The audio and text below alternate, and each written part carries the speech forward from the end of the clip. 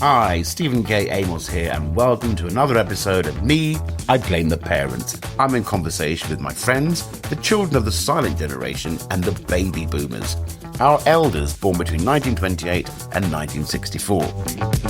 Those people who watched reel-to-reel movies, danced the night away to vinyl 33s and 45s, and whose idea of portable music was a record player in a suitcase. For them, seatbelts, package holidays, and microwave ovens were simply the dreams of futuristic fantasy. Today's guest is an award-winning comedian and friend who I've worked with all over the world, a regular on TV and radio. His genius mind soars into many flights of fancy. In fact, he's been likened to a rare exotic bird. For example, I asked him about one of his earliest memories. Seeing the inside of the vagina, I suppose. And if his father gave him any pearls of wisdom. He said, you can't rely on women. Their brains don't work like normal people's brains. He didn't even say like men's brains, just like normal people's brains. So join me as I welcome my guest. So, Mr. Paul Foot, comedian, writer, connoisseur, what generation are your parents? I think they're baby boomer because it's after the Second World War. Was the silent generation. I don't know what that means, but I think it's the ones who were all dead from the First World War. So they're not necessarily all dead, Paul. But it could be 1928 to 1945, roughly. I'm not that old, Stephen. What? I mean, your parents could be born in 1945. I don't know. Do you actually know when your parents were born? Yeah, I know when they were born, but I don't want to say the exact date because it could be the password for all my bank accounts, you see. I know that old trick. I'll get Paul on a podcast and, when was your mother born? What was her, so she wasn't born Foot. What was her original name then? Oh, that's an interesting family fact. Oh, fascinating. I know that old trick. It's all passwords. But you've given away something, Stephen, because you're always trying to keep your age a secret. You've given away your parents were born in 05 or something. Whatever it was you said. Do you know, you're the first person who's said that to me, but I can honestly say to you that I have not given mine away at all during these recordings. I've left mine very ambiguous, and I've also had the chance to look online to see what other people have assumed my birth date to be, and I'm very happy to report back that one of them said I was born in 1982. Yes, well, I've got two things to say. One is that you can't deny the fact your parents are 100 years old. B, actually, I do actually know how old you are, but I would never tell anyone because you once revealed it to me when drunken in Perth, but I would never tell anyone. Not enough about me, Paul. I want to know about you and your folks. Where are your parents from? It's difficult to say. Well, the point is difficult to know which parents you mean. I've got three, really, because I've got a stepfather as well, you see. But my mother is of German and Polish extraction, although born in this country. The acceptable face of immigration.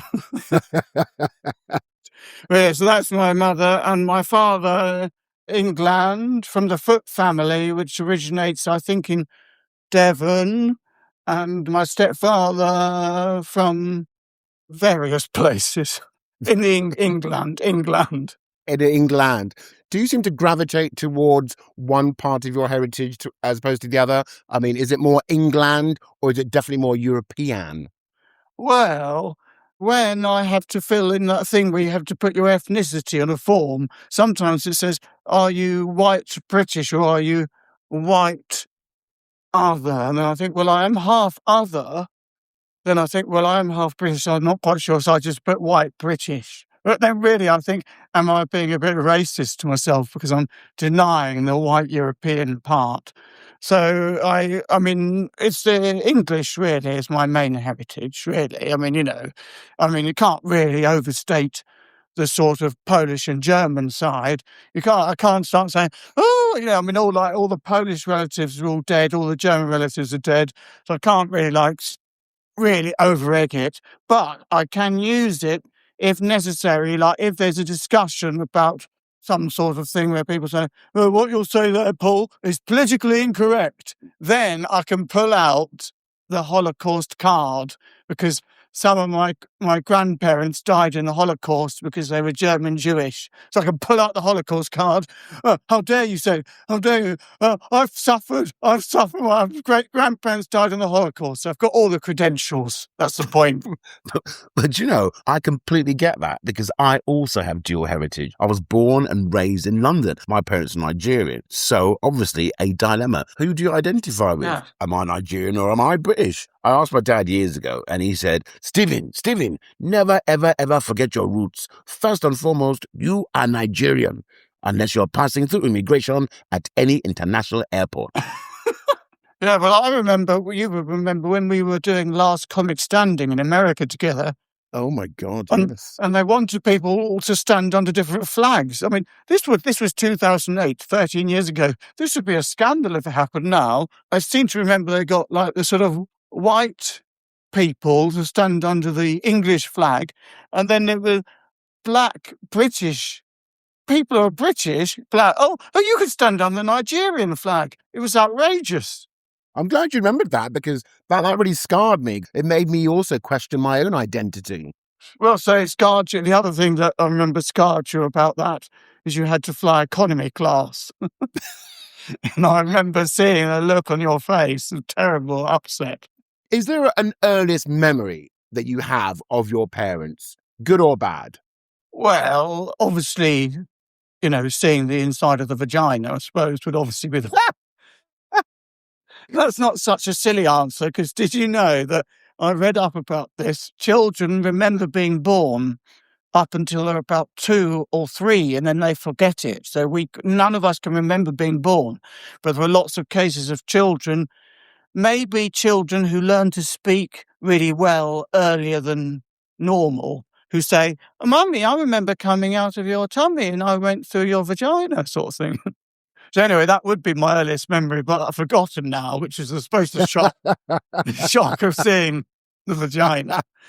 So actually, I can tell you my earliest memory is I was probably 3 years old, and I was in bed and with my mother and my father, who were married still at the time. And then there was some sort of argument going on, because my father was... Well, he never really did much. My mother said, "For God's sake, always down the pub and blah, blah, blah. Will you at least, if you're not going to sell the pram, we don't need the pram anymore. So if you're not going to sell it, at least put it in the loft. Just put it in the loft." And there was a big argument. And then I remember my father was up in the loft, "Shut up," and all this stuff. And then suddenly his feet came to the ceiling of my bedroom because it wasn't properly boarded. And then I remember my father said, "You silly," and used a word beginning with C, a bad word. Wow. And then that was the first word I ever remember. That's like the first word I ever learned, because he said, No. "It's stupid." And I thought, and I was only 3, but I thought, "Oh, that's not a word I'm supposed to know." I sort of knew that I wasn't really supposed to know that. So that's my earliest memory. I can't even think of my earliest memory of a word, but unlike yourself, I do not recall emerging through my mother's nether regions. I think I remember actually punching my twin sister in the face, though, because I've got a twin sister. How many siblings do you have? Well, that's a complicated question. Oh. Yeah, I mean, 2 or maybe 3. I mean, it's difficult to say, because not everything my father says is completely straightforward, and it's not always the truth, so I'll never quite know. I know that for a lot of people that would be a straightforward question, but it's not so straightforward for me.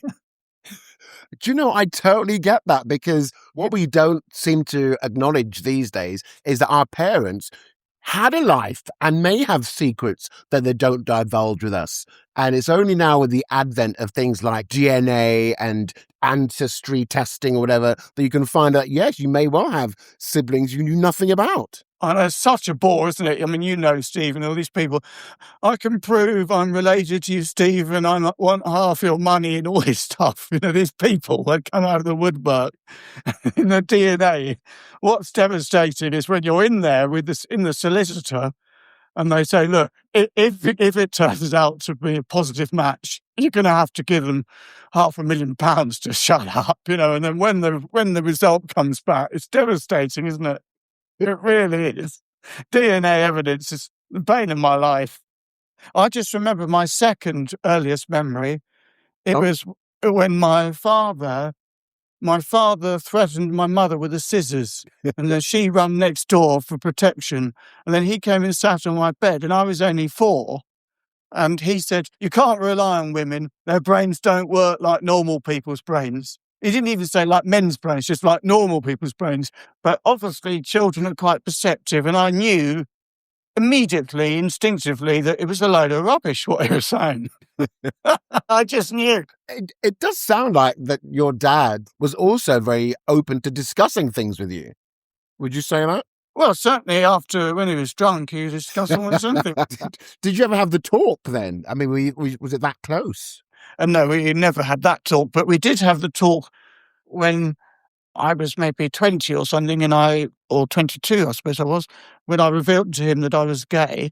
I remember it was a great long walk. We went for miles and miles, and I kept putting it off. And eventually, just as we were getting back to the house, I thought, I have to say it. I wanted to say it, And I told him. And then it was most peculiar. Remember, I was 22 years old, but he just said, almost like I was a child, go outside and post this letter. And then when I got back, that was just never mentioned again, ever. Apart from the fact that at one time, a little bit later, my mother said, how do you feel about Paul being gay? She was obviously fine with it. And he just said, it's a disgrace. Well, I know it was maybe something you can ask later, whether any of my parents had views that one wouldn't agree with, racist or those old-fashioned views. And of course, some people nowadays have to go on what they call unconscious bias training, don't they? He doesn't need that. He's just like, it's not unconscious bias. It's more like just just misogyny, homophobia, racism, straight out,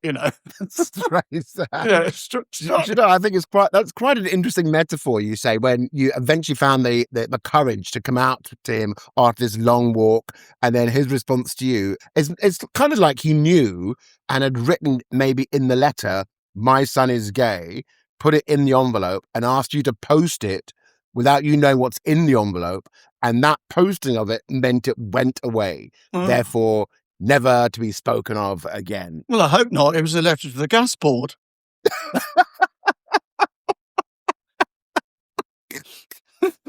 They're the last people I wanted to know that I was gay. You know how homophobic the gas people can be. They're very when they come round and they say, you need to read your gas meter, mate. And then, you're gay. We're not bothering with you and all that. Very homophobic. I mean, they've probably changed now. So what about your mum? Was she more understanding about issues? She was what you would call normal. When there's perhaps two parents, and one of them is the normal one, and one is the one that you require years of therapy. Well, she's the normal one. She's the normal one. Yeah, normal one. Yeah. I'm with you. My mum was very much the normal one, the grounded one, the sane one. But I think my dad, to be honest, I think he has really mellowed with age. Do you think yours has mellowed with age? It definitely hasn't mellowed with age. With my mother and my stepfather, they, of course, are normal people, have normal views on things, but they're not mellowing at all in the sense that they have all those arguments about, where did you leave the washing up bottle? I told you to use it. No, not that bag. I told you not this one. And it goes on and on, So they're getting worse with those things, real minor things that just go on and on with massive rows. My stepfather actually went outside, and in front of all the neighbours, they would all heard it. He shouted at the top of his voice, all red in the face, "You've wasted half a tea bag." Not a whole one, half a tea bag. Because he always reuses the tea bag, you see. You got to watch the pennies, though. I kind of accept that to a certain extent, because when I hear you talk about your mum and your stepdad, and also about your dad, I have to ask, do you see your future in either of those people? Oh, definitely not in any way, because, I mean, any traits that I have in common with my father would be limited to maybe a gesture or something, maybe. But even those things, like there was a thing where my father, whenever he sits down, he always goes, like that. And then I noticed I was doing it. In fact, it wasn't me, it was my aunt who noticed it. She said, "You do that the same as your father." So I cut that out because I thought, it's not what one wants. It's, if in the future people say, Paul Furs embroiled in a sex scandal, well, you might say, "Oh, well, this is interesting, isn't it?" Well, what I wouldn't want is Paul Foot. Yeah, he goes, and he sits down. It's so middle-aged. As for my mother and my stepfather, who always argue, I make a conscious effort not to be like that and to get all petty. And sometimes, I mean, you have people, staff. I mean, one has to accept that they make mistakes. It's difficult to accept because the amount of money I pay them, you'd have thought they could make basic checks to make sure they don't make mistakes. They do. But I have a rule that the amount of money dictates how much time I'm allowed to moan about it. So if it's less than £100, I'm not allowed to, or maybe just mention it just briefly. Well, I was pretty going to say, never mind. And if it's less than £1,000 that the mistakes cost, I can obviously mention it because that did cost me £800, that mistake sort of thing. But, for no more than sort of 2 minutes.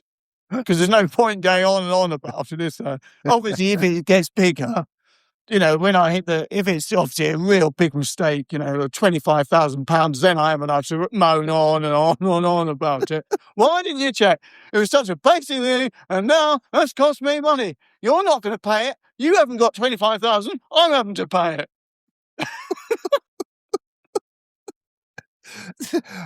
I understand that because I have learnt from my parents the art of bickering. And when I bicker, again, like yourself, it is based on what it's going to cost me in time and money. So I invested, Paul, in a girdle, a man's girdle. Oh, thank you for the laughter. What's that, like a thing that holds all the fat in? I'd like to say it's a girdle. Thing is, it was expensive. So now I bicker with myself about the cost when I should just exercise.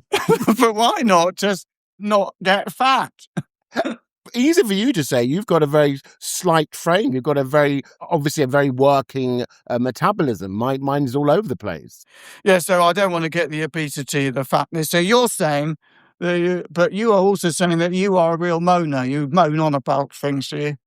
I've got the bickering thing and I don't like it, particularly with two people in my life who I've also worked with. And I kind of hear that with your mum and your stepdad. Oh, yeah, that is just true. Yes, and I have that with a certain person who works for me who you know. I know him very well. Yeah, you know him. We won't mention his name. I don't know why. There's no reason not to mention it. It's not like some confidential fact, but it's best not to mention it. But anyway, yes. Not to mention Barry, yes. Yes, I have. It's not Barry. That's such a gay name. Oh no, I've got the unconscious bias. I need to go on the unconscious biasness training. Did you hear about this thing that was in the news what do you think of this? There was a conductor on the railway train, and he used the common phrase, "Oh, well, welcome to this train, ladies and gentlemen, boys and girls." But someone who was a union rep for the trains or something was non-binary and complained that he shouldn't have said ladies and gentlemen, boys and girls. What do you think? By saying welcome aboard, ladies and gentlemen, boys and girls, is that really excluding anybody, really? Yeah, I mean, what do you think? I mean, you have decided to be excluded, really, have you? I mean, maybe we're getting old. Maybe we are turning into our parents. Maybe we are the ones who are just a bit more intolerant, because as time changes and attitudes change, surely we should be able to accept those changes. Well, I'm happy to accept it. I mean, if someone wants to be called a they and not he or she, fine, not a problem. I'm the one with a problem if I won't just change my language. So what if I, just change the language?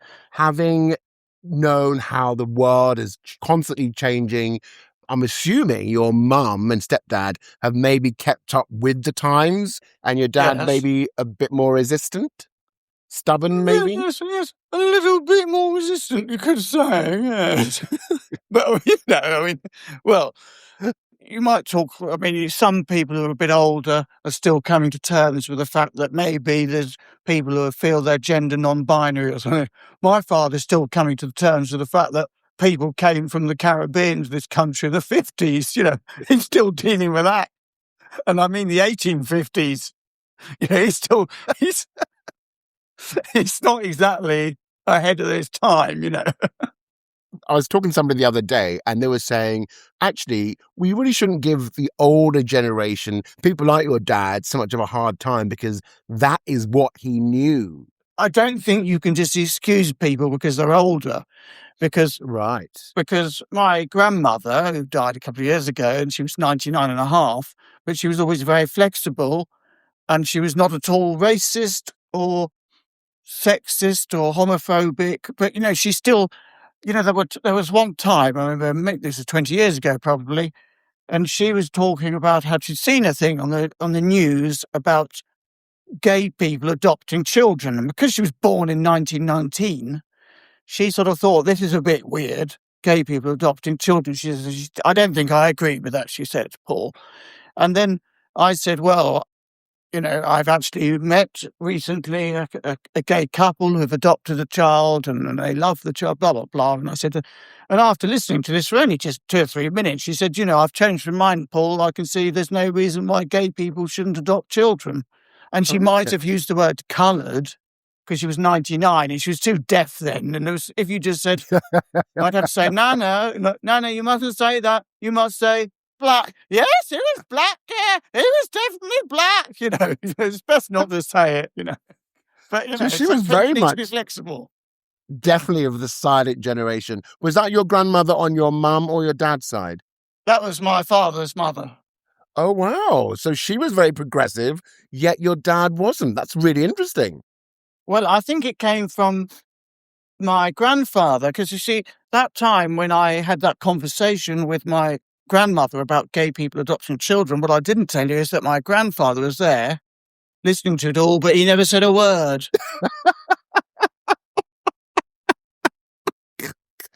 Okay, I want to ask about if your parents, have they been able to move with the times in terms of technology? Has that passed them by? Well, my father not. He doesn't even know how to use a computer or anything. The other day he said, how did you check that menu for that restaurant? I said, well, I looked it up on, it's on the internet. Is it? You can get it on the internet.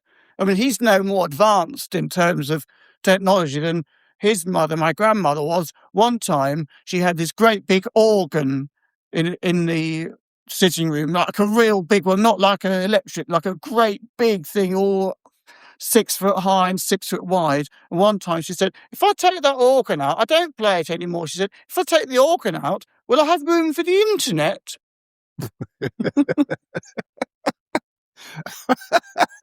Oh, bless her. In terms of ailments, my dad, he was very, very adverse to going to the doctor. It's like, oh no, what do they know?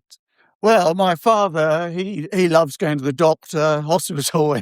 He's always, it's amazing he's alive. He must have had so many heart attacks in his life. He must have had about one every 6 months. I'm not saying he's made them up, but, he's had a lot. A lot of heart attacks, a lot of seizures, I'm having a seizure, all this stuff. I mean, he actually gives me actual doctor's letters when he has medical ailments to prove it, because otherwise I wouldn't even listen. Is that a cry for help, do you think? Or is it just something to do? Well, it's just, he likes to play the D card, the death card. Even when I was sort of 5 years old, he'd say, I'll see you next week. Oh, I could be dead, I could die. I might not be here anymore. I was only 5. He's always done that. Sometimes hospitals ringing and saying, are you the next of kin? And just to let you know, my father, your father, he's had complaining of chest pains. We're going to do tests. You might want to get down here straight away, but we're going to do tests and we just want to warn you it could be a heart thing. And I've said, well, this is probably the sort of 35th time I've had such a call from a doctor. And I said, I don't think I'll rush down at the moment. Reasonably confident that the test will show there's nothing wrong with the heart.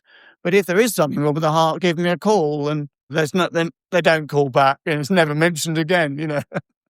So I think he just likes that. In fact, when I was ill last, it was absolute agony, and I was screaming in pain and everything, and to the point where my neighbour was talking to me and I wasn't able to actually speak any sense because I was just shouting and screaming. So they called an ambulance, you know, who came and checked me. And then I actually thought, oh my God, am I like my father? Am I just liking all the attention? And I thought, no, I'm not, because I don't want the attention. I just want the pain to go away. I was more worried about whether I was taking after my father than actually whether there was something wrong with me. Has any of your parents shocked you with a surprising show or display of extreme gratitude or ingratitude about something? Well, he always gives me lots of presents, my father. Oh. Yes, loads of presents all the time. And then he always gets drunk. Whenever I see him, which is sort of a couple of times a year, he gets drunk and then he always says, I haven't let you down, Paul, have I? Tell me, I haven't let you down. So that's just sort of, so yeah, he gives me lots and lots of presents all the time. Many, many presents. So he's very generous. He was devoted to me, actually. He always has been, but he just, he was such an alcoholic that got in the way, I suppose. Right. Obviously, you don't mention anything now because what's the point of looking back when you can look forward? But have you got closer as you've got older? Well, I suppose we've bonded a little bit over before all this came in the COVID. We would go to Lanzarote quite a lot. We bonded over the sort of all-inclusive hotel, and there was always things to do, and we could just go and play bingo, and it was all a bit of a laugh. Or, it's archery contest now, let's play archery. I know that a few years ago, Centre Parks would always say, Centre Parks, the holiday the weather can't spoil, but this was the weather my father can't spoil. My dad's exactly the same. When he stayed with me not that long ago, about 3 or 4 weeks over the whole lockdown, and I had no idea, Paul, that my heating in my own house could be set to lava. Just turn the heating up, you mean bastard. Your father came and you wanted the heating and you wouldn't even turn it up. I've seen a different side to you, Stephen. Anyway, you close up now. Well, we put the heating on. You're the worst. People like you make me sick. People who won't turn the heating on. You go to their houses. It's freaking cold. You want it on lava level, do you? No, I don't want it on lava level. I just want you to put the heating on for more than 15 minutes, you mean bastard. Just make it pleasant. You bastard. You absolute shit. You bastard. Oh my goodness. My dad would love you, Paul. Thank you so much, Mr. Paul Foots.